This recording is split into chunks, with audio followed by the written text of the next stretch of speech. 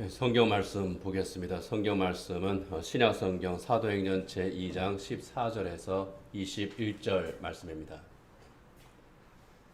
사도행전 제2장 14절에서 21절 말씀 제가 읽겠습니다. 하나님께서 주신 말씀입니다. 베드로가 11사도와 함께 서서 소리를 높여 이르되 유대인들과 예루살렘에 사는 모든 사람들아 이 일을 너희로 알게 할 것이니 내 말에 귀를 기울이라. 때가 제3시니 너희 생각과 같이 이 사람들이 취한 것이 아니라 이는 곧 선지자 요엘을 통하여 말씀하신 것이니 일렀으되 하나님이 말씀하시기를 말세에 내가 내 영을 모든 육체에 부어 주리니 너희의 자녀들은 예언할 것이요 너희의 젊은이들은 환상을 보고 너희의 늙은이들은 꿈을 꾸리라. 그때에 내가 내 영을 내 남종과 여종들에게 부어 주리니 그들이 예언할 것이요 또 내가 위로 하늘에서는 기사를 아래로 땅에서는 징조를 베풀리니 곧 피와 불과 연기로다. 주의 크고 영화로운 날이 이르기 전에 해가 변하여 어두워지고 달이 변하여 피가 되리라. 누구든지 주의 이름을 부르는 자는 구원을 받으리라 하였느니라. 아멘. 네, 오늘은 예수님께서 부활하신 지 7주가 되는 날입니다. 교회력으로 보면은요, 부활절에서 7주가 되는 날. 그래서 이 날을 오순절 또는 성령 강림절 그렇게 말합니다. 십자가 위에서 우리 죄를 대속하는 제물로 우리 주님께서 죽으셨습니다. 사흘째 부활하셨죠. 우리에게 죄와 사망의 권세를 깨뜨리고 승리하심으로써 우리에게 새 생명을 선물로 주신 바로 그 영광의 승리의 날입니다. 제자들과 함께 40일을 계시면서 또 말씀을 또 이제 나누시다가 하늘로 올라가셨습니다. 하늘로 올라가실 때 그때 예수님께서 제자들에게 하신 말씀을 사도행전 1장에서 또 기록을 합니다. 사도행전 1장 4절에 보면은 사도와 함께 모이사 그들에게 분부하여 이르시되 예루살렘을 떠나지 말고 내게서 들은 바 아버지께서 약속하신 것을 기다리라 그렇게 말씀을 합니다. 예루살렘을 떠나지 마라. 내게서 들은 바 아버지께서 약속하신 것을 기다려라. 예루살렘을 떠나지 말라. 이 제자들 예수님께서 십자가에 달려 죽으셨을 때에 뿔뿔이 흩어졌죠. 부활하신 예수님을 만나고 난 제자들도 흩어졌습니다. 갈릴리 어부 출신이었던 제자들, 베드로, 안드레, 야고보, 요한, 이 사람들이죠. 이 사람들은 고향 갈릴리로 돌아갔습니다. 그리고 그곳에서 다시 어부가 되었습니다. 물론 예수님께서 그들로 하여금 갈릴리로 가라. 내가 그곳에 너를 만나겠다 하셨지만은 어쨌든 이들은 갈릴리로 돌아가서 그곳에서 다시 물고기를 잡는 어부 생활, 예전에 했던 그 생활로 돌아갔습니다. 그때처럼 갈릴리로 가지 말라는 겁니다. 그때처럼 흩어지지 말라는 겁니다. 이제는 너희가 흩어질 때가 아니다. 이제는 너희가 예루살렘을 떠나지 않고 이곳에서 하나님께서 약속하신 그 약속을 기다려야 된다고 하는 겁니다. 하나님께서 약속하신 것, 성령 강림입니다. 요한복음 14장이나 요한복음 16장에 보면은 예수님께서는 십자가 사역을 앞두고 제자들에게 내가 가면 또 다른 보혜사 성령을 보내실 것이라고 약속을 하십니다. 요한복음 14장 26절에 보면 보혜사 곧 아버지께서 내 이름으로 보내실 성령 그가 너희에게 모든 것을 가르치고 내가 너에게 말한 모든 것을 생각나게 하시리라. 성령께서 너에게 임하시면 너희로 하여금 예수님께서 가르친 그 모든 것을 생각나게 하고 또 그것을 전할 수 있도록 하신다는 겁니다. 요한복음 16장 7절에 8절에 보면은 내가 떠나가지 아니하면 보혜사가 너에게로 오지 아니할 것이요 가면 내가 그를 너에게로 보내리니 그가 와서 죄에 대하여 의에 대하여 심판에 대하여 세상을 책망하시리라. 하나님의 심판과 구원에 대해서 성령께서 깨닫게 하시고 전하게 하신다는 겁니다. 그런데 예수님께서 가셔야 성령께서 오신다는 겁니다. 이 말씀들은요, 하나님의 구원 계획이 이제 본격화됨을 의미합니다. 새롭게 하나님의 역사가 시작됨을 의미합니다. 예수님께서 십자가에서 죽으심으로 또는 예수님께서 부활하셔서 하늘로 올라가심, 그것으로 모든 것이 끝나는 것이 아니라는 겁니다. 성령 하나님께서 오심으로 놀랍고 위대한 하나님의 새로운 역사가 전개된다는 겁니다. 성령 하나님께서 제자들에게 오심으로 제자들이 권능을 받고 세상 끝까지 복음을 전하는 증인이 된다는 거죠. 그래서 사도행전 1장 8절에서 예수님께서 확실하게 말씀하십니다. 오직 성령이 너희에게 임하시면 너희가 권능을 받고 예루살렘과 온 유대와 사마리아와 땅끝까지 이르러 내 증인이 되리라. 제자들은 주님의 이 명령을 기억했습니다. 그리고 순종했습니다. 예루살렘을 떠나지 않고 마가 요한의 다락방에 함께 모였습니다. 그렇게 모인 제자들의 수가 120명입니다. 마가 요한의 다락방에서 120명의 제자들이 모여서 예수님의 명령을 기억하면서 기도했습니다. 사도행전 2장 2절에서는 그렇게 모여서 기도하던 제자들에게 일어났던 놀라운 일을 이렇게 증언을 합니다. 오순절 날이 이미 이름에 그들이 다 같이 한 곳에 모였더니 호련히 하늘로부터 급하고 강한 바람 같은 소리가 있어 그들이 앉은 온 집에 가득하며 마치 불의 엿처럼 갈라지는 것들이 그들에게 보여 각 사람 위에 하나씩 임하여 있더니 그들이 다 성령의 충만함을 받고 성령이 말하게 하심을 따라 다른 언어들로 말하기를 시작하니라. 그들이 한 곳에 모여 있을 때에 마가요한의 다락방에 모여 있을 때에 갑자기 하늘로부터 아주 거센 바람 소리가 들립니다. 그리고 그들이 앉은 그 집에 가득했고 불의 혀처럼 갈라지는 것이 각 사람 머리 위에 하나하나 임하더라는 겁니다. 성령 하나님께서 그들에게 임재하는 모습을 이렇게 묘사한 거죠. 그들에게는 바람 소리처럼 들렸습니다. 불꽃과 같은 것이 각 사람 머리 위에 임하는 것처럼 보였습니다. 성령께서 그렇게 그들의 영혼을 사로잡으심으로 그들이 성령 충만함을 받았습니다. 이렇게 성령 충만함을 받는 것은 사실은 좀 특별한 그러한 경우입니다. 성령 충만의 체험은 사람마다 제각기 다릅니다. 오순절에 이 제자들이 체험했던 것처럼 아주 급하고 강한 바람 같은 소리를 들으면서 그것을 느끼면서 또 불꽃과 같이 갈라지는 그런 성령의 모습이 그들에게 임하는 것을 보는 것과 같은 아주 특별한 체험. 이거는 제자들만의 특별한 체험이죠. 각 사람마다 저각기 다른 체험들이 있습니다. 어떤 사람은 그 영혼에 하나님께서 들려주신 음성으로 체험을 합니다. 아주 강한 충동으로 그가 체험을 합니다. 하나님께서 그를 붙잡으시는 것에 대해서 뭔가 설명할 수 없는데 그 설명할 수 없는 그 힘이 나를 온전히 사로잡는 것을 우리가 체험을 합니다. 영적 사건입니다. 영적인 체험입니다.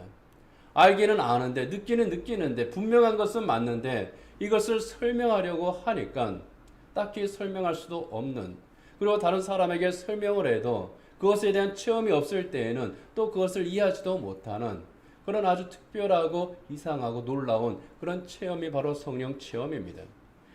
이 영적 체험, 인간적인 말로 정확하게 표현할 수는 없죠. 오늘 본문에서는 그 느낌을 급하고 강한 바람 같은 소리로 그리고 불꽃처럼 갈라지는 것으로 그렇게 우리에게 나타낸 겁니다. 아주 거센 바람 소리, 이것을 느꼈습니다. 불의 혀처럼 갈라졌다고 하는 것은 스스로 갈라지는 불의 혀 같은 그런 모습으로 또 이제 번역하는 것이 더 정확합니다. 그런데 중요한 것은 불의 혀처럼 갈라지는 그 성령이 각 사람 위에 하나씩 임했다고 하는 겁니다. 각 사람 위에 하나씩 임했다고 하는 것은 제자들 한 사람 한 사람이 각각 성령 충만했음을 의미합니다. 그런 의미에서 성령 충만의 사건은요, 아주 개인적인 사건이기도 합니다. 교회 전체의 사건이면서 각 한 개인에게 성령 하나님께서 온전하게 임하시는 사건, 그 영혼을 붙잡아 주시는 사건이 바로 성령 충만의 사건입니다. 분명한 것은 성령 하나님께서는 기도하는 제자들이 있는 바로 그곳에 성령 충만을 사모하면서 그것을 믿으면서 예수님께서 말씀하셨기 때문에 그것을 믿고 예수님께서 약속하셨기 때문에 그 성령 하나님께서 우리에게 임재하실 것이라고 하는 그런 확신 가운데에 기도하는 그들에게 성령 하나님께서 임재하셨고 그들은 실제로 성령 충만했다는 겁니다. 성령 충만함을 받았습니다. 그랬을 때 그들에게 놀라운 변화가 일어났습니다. 그 변화는 그들의 마음을 뜨겁게 만듭니다. 그 마음속에 터질 것 같은 그 기쁨과 은혜가 넘칩니다. 성령 하나님께서 그들의 영혼을 사로잡으실 때에 그 영혼이 그들의 마음을 움직이고 그들의 마음이 움직였을 때에 그들은 가만히 있을 수가 없었던 겁니다.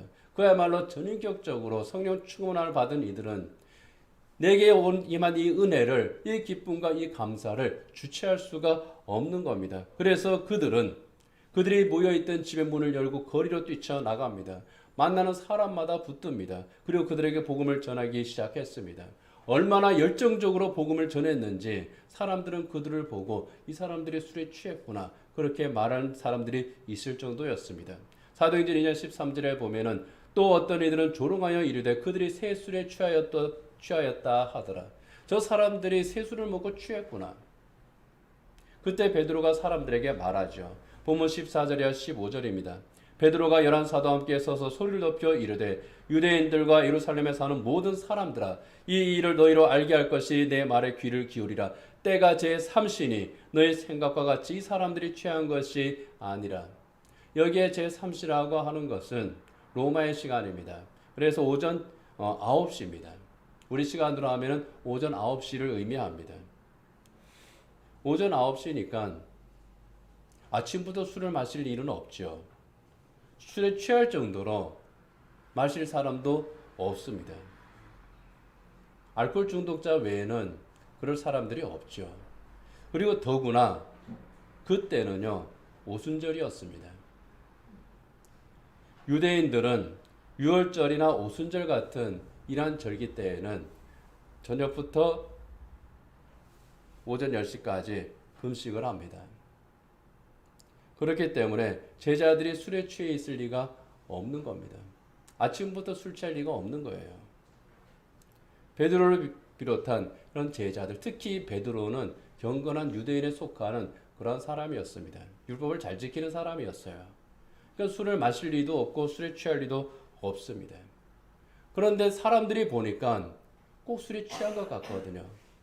여기에서 술에 취했다고 하는 것은 술에 만취해서 사람이 이상하게 이제 주사를 부리는 그것과는 다른 겁니다. 굉장히 열정적으로 바뀌는 그런 모습을 본 겁니다. 성령의 감동에서 열정적으로 복음을 전하는 그 모습이 마치 술에 취해서 흥분한 사람의 모습처럼 그렇게 보인 겁니다. 들뜬 것처럼 보이는 거예요. 그러나 제자들은 술에 취한 것이 아니라 성령 충만했던 거죠. 성령 하나님께서 그들에게 강하게 역사하시고 그들은 성령의 인도하심에 따라서 나가서 복음을 전한 겁니다. 베드로는 우리가 술에 취한 것이 아니라 성령에 충만했다. 그 증거를 선지자 요엘의 예언을 이용해서 설명을 합니다. 오늘 본문 17절에 18절에 보면은 하나님이 말씀하시기를 말세에 내가 내 영을 모든 육체에 부어주리니 너희의 자녀들은 예언할 것이요 너희의 젊은이들은 환상을 보고 너희의 늙은이들은 꿈을 꾸리라. 그때에 내가 내 영을 내 남종과 여종들에게 부어주리니 그들이 예언할 것이라. 말세에 내가 내 영을 모든 육체에 부어준다고 하나님의 말씀을 합니다. 말세는요 하나님의 심판의 때를 의미합니다. 이 심판의 때는 세상의 종말의 때죠.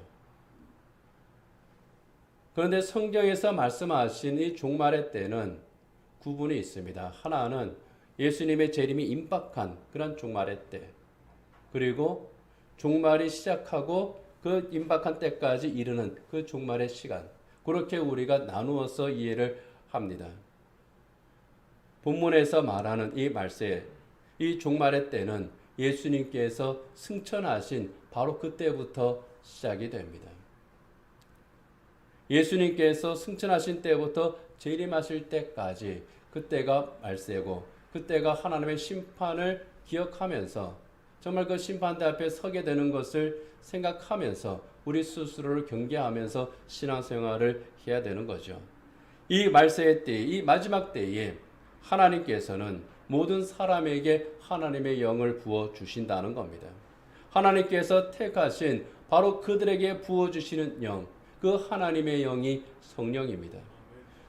성령을 부어주시는 그 대상, 이 선지자 요엘의 말씀을 이 베드로가 인용을 했죠.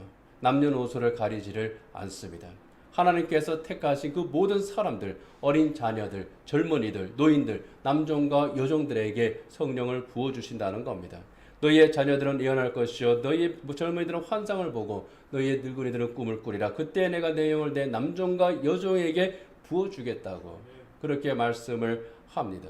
모든 사람들에게, 하나님의 택하심을 받은 모든 사람들, 하나님의 구원을 받은 그 모든 사람들에게 하나님께서는 성령을 보내주시고 그들이 예언을 하고 환상을 보고 꿈을 꾼다는 겁니다.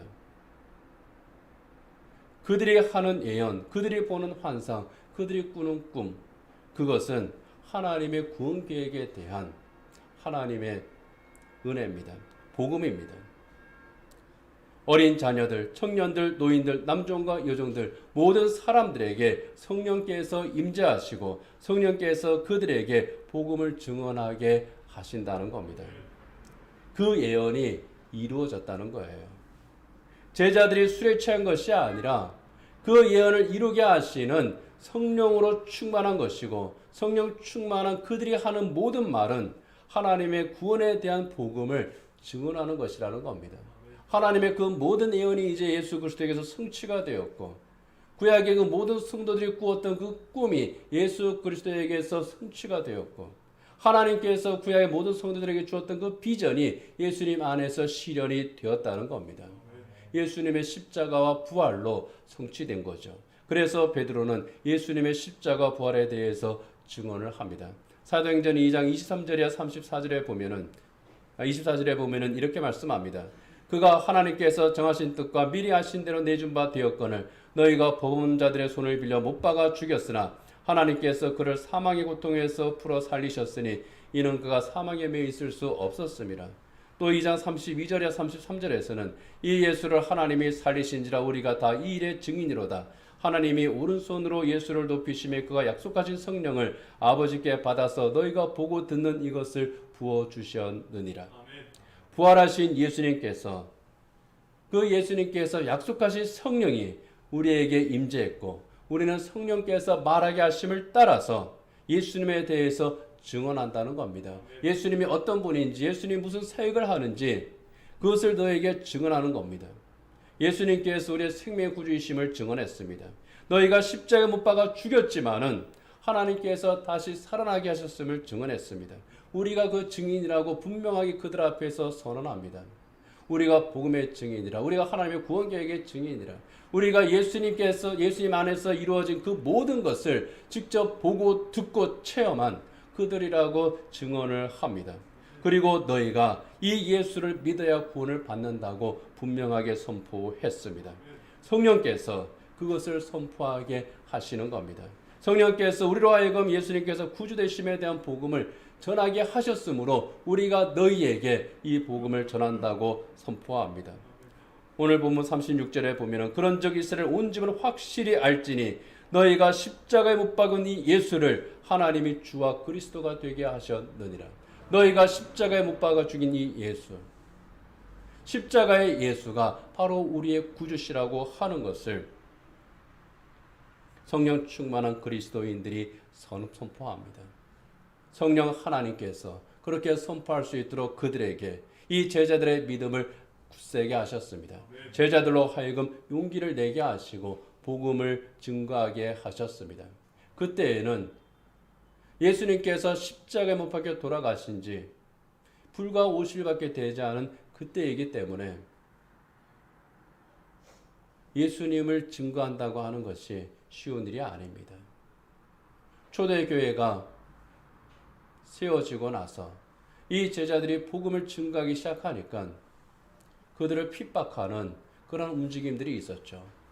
대제사장과 서기관들, 바리새인들, 유대의 종교 지도자들이, 이 권력자들이 교회를 핍박하기 시작했습니다. 스데반이 순교했습니다. 야고보가 순교했습니다. 교회가 흩어졌습니다.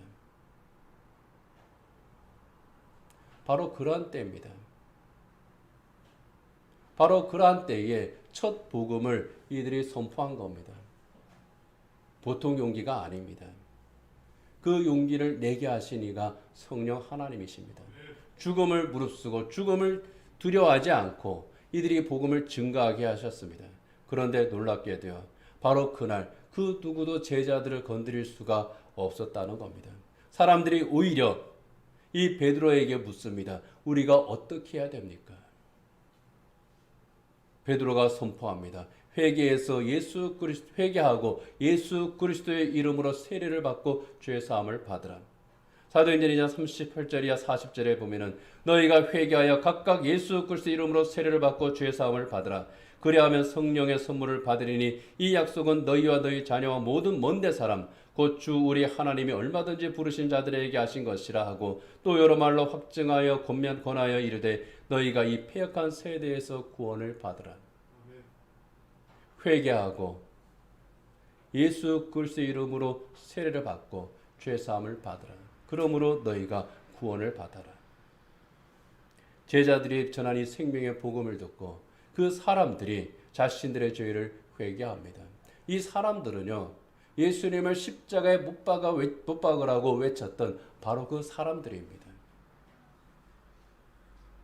그 사람들이 그 죄를 회개하고 예수님을 믿고 구원받습니다. 그리스도인이 되었습니다. 이것이 성령께서 강림하셨던 바로 그날에 일어났던 일이었습니다. 이 모든 일들은 성령 충만할 때 가능했습니다. 제자들이 자기들의 정체성을 드러낼 수 있었던 것, 제자들을 통해서 복음의 역사가 일어날 수 있었던 것은 성령 충만했기 때문이었습니다. 성령 충만할 때 제자들이 제자다워진 겁니다. 담대하게 복음을 증언할 수 있었습니다. 그들은 성령의 인도하심을 따라 살았습니다.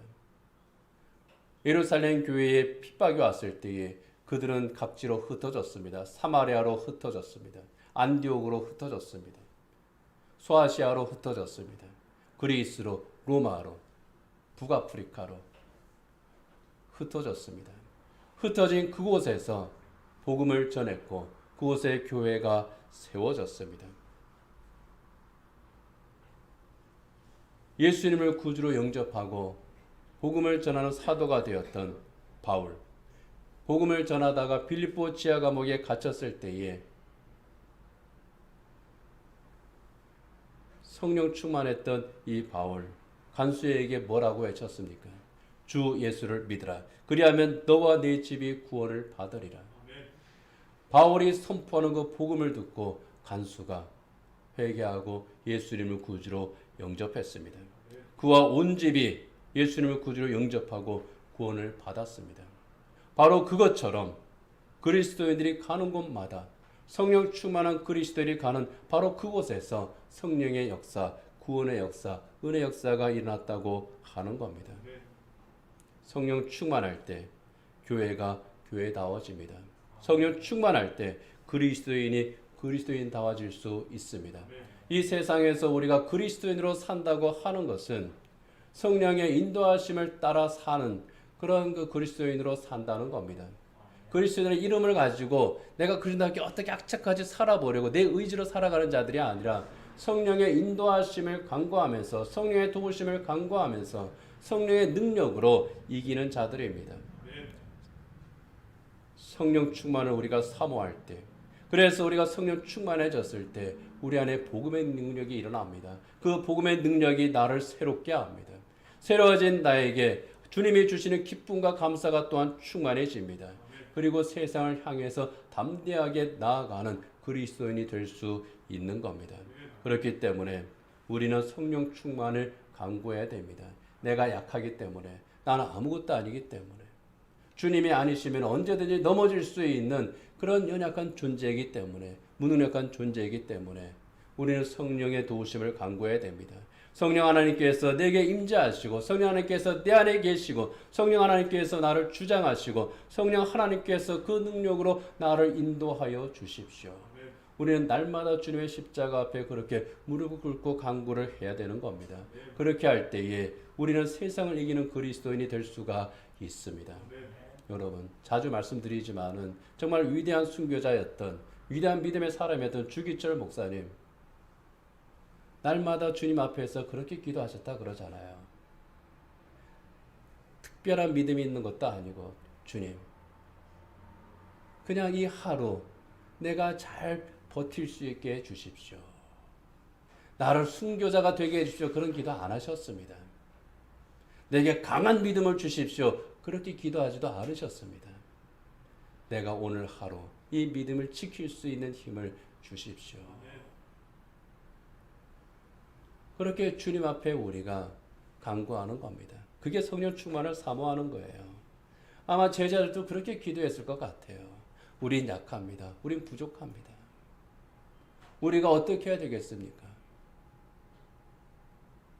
주님, 그러니 주님께서 약속하셨던 그 성령을 우리에게 보내주시고 그 성령 하나님의 능력으로 우리가 주님의 명령을 지킬 수 있게 해주십시오. 그렇게 기도하지 않았겠습니까? 그곳에 성령께서 임하셨습니다. 성령께서 그들에게 임하셨을 때에 성령 하나님께서 그들을 주장하셨고 그들을 담대하게 하셨고 그 능력으로 승리하게 하신 겁니다. 2000년 전 오순절에 강림하셨던 성령 하나님께서 오늘 다시 우리에게 임재하셔서 우리의 영을 새롭게 하시기를 원합니다. 그럼으로써 우리에게 부흥의 새로운 역사를 일으켜주시기를 사모합니다. 여러분, 우리 개인이 주님 앞에서 다시 부흥하는 길, 그리고 우리의 가정이 주님 앞에서 다시 부흥하는 길, 우리 교회가 주님 앞에서 다시 부흥하는 길, 성령의 은혜로 그 능력으로 다시금 주님 앞에서 새로워지는 그것을 우리가 사모하시기를 원합니다. 오순절에 성령 충만해서 새로워졌던 그 제자들처럼 성령 충만의 은총으로 우리가 새 힘을 내고 다시 일어서는 우리 성수교회가 되기를 원합니다.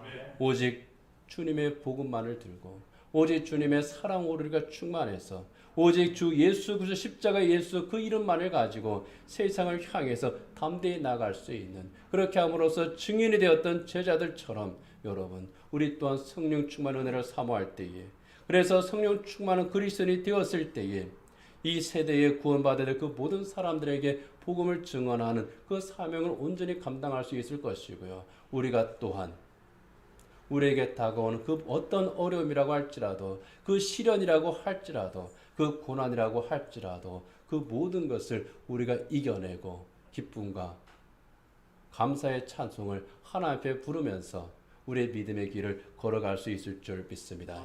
기도하겠습니다. 하나님 아버지, 참 연약한 그런 제자들이었습니다. 두려움에 가득 찼던 제자들이었습니다. 문을 걸어 잠그고 뿔뿔이 흩어졌던 제자들이었습니다. 그러나 그들이 주님의 약속을 믿고 모여서 기도할 때에 성령 하나님께서 그들에게 강림하셨고 그들의 영혼을 사로잡으셨고 그 영혼을 사로잡으셨을 때에 담대한 믿음이 그들에게 살아났고 그 믿음으로 그들은 이 세상에 뛰쳐나갔고 복음으로 세상을 정복했습니다. 하나님 아버지, 오직 성령 충만을 사모했던 이들에게 성령 하나님께서 임재하셨던 것처럼 오늘날도 오직 성령 충만함을 사모합니다. 성령 하나님께서 저희들의 영혼 하나하나 붙들어 주시기를 사모합니다.